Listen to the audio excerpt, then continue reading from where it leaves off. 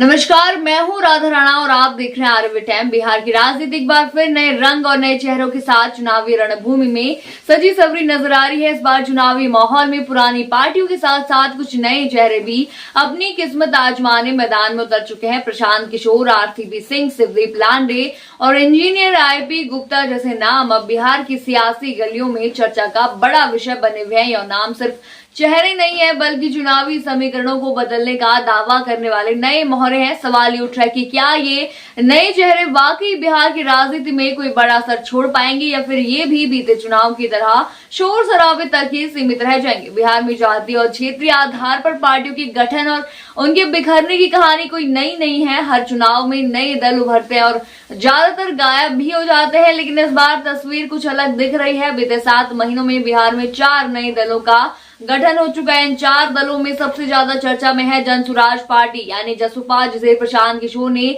2 अक्टूबर 2024 को लॉन्च किया था। दिलचस्प बात यह है कि यह वही प्रशांत किशोर हैं जो अब तक पर्दे के पीछे से चुनावी रणनीति बनाने में माहिर माने जाते थे, लेकिन अब उन्होंने खुद राजनीति में कूदकर सीधा मैदान संभाल लिया है। जसपा ने हाल ही में हुए 4 विधानसभा सीटों की उपचुनाव में 10% वोट हासिल कर यह जताया था कि वह आने वाले विधानसभा चुनाव में मुकाबले को रोचक और चुनौतीपूर्ण बनाने वाली है। जी हां, इससे पहले रुपौली उपचुनाव में निर्दलीय उम्मीदवार शंकर प्रसाद की जीत में भी जसपा की रणनीति का बड़ा योगदान रहा। इससे और साफ हो गया कि जन सुराज पार्टी धीरे धीरे ही सही लेकिन बिहार की राजनीति में अपने पांव पसार रही है। बात करते हैं आरसीपी सिंह की।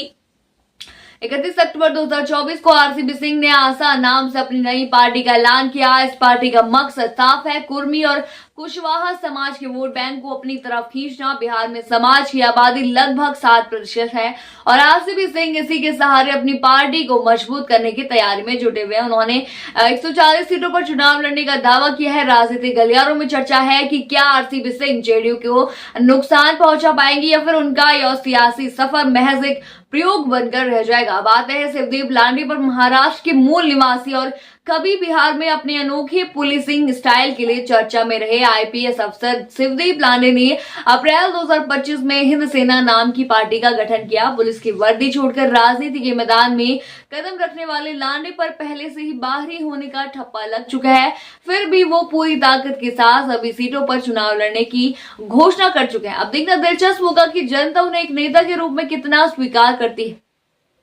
इसी कड़ी में एक और नाम जुड़ता है इंजीनियर आईपी गुप्ता का। कांग्रेस से इस्तीफा देने के बाद अखिल भारतीय पान महासंघ के अध्यक्ष रहेगा। आईपी गुप्ता ने 13 अप्रैल को इंडियन इनकलाब पार्टी यानी आईआईपी का गठन किया। पान की कारोबार और कताई बुनाई से जुड़ी तांती तत्वा समाज के बीच पकड़ बनाने की कोशिश में जुटे गुप्ता ने भी सभी सीटों पर अपने उम्मीदवार उतारने का ऐलान किया है। हालांकि इस पार्टी का प्रभाव अभी अनिश्चित है, क्योंकि जो समाज के सहारे ये चुनाव समर में उतरे हैं उनकी आबादी महज 18 से 20 लाख के बीच है। इतिहास गवाह है कि बिहार की सियासत में नए दलों का आना कोई नई बात नहीं है। साल 2020 के विधानसभा चुनाव में पुष्पम प्रिया की प्लूरस पार्टी ने भी जोर शोर से चुनाव लड़ा था, लेकिन 102 सीटों पर उम्मीदवार उतारने के बावजूद वह महज 3 सीटों पर ही तीसरे नंबर तक पहुंच पाई थी। इससे साफ है कि नए दलों के लिए बिहार की जमीन पर पैर जमाना आसान नहीं है। बिहार के मतदाता हमेशा सचेतन और राजनीतिक रूप से जागरूक रहे हैं। यहाँ की राजनीति में जातीय समीकरण का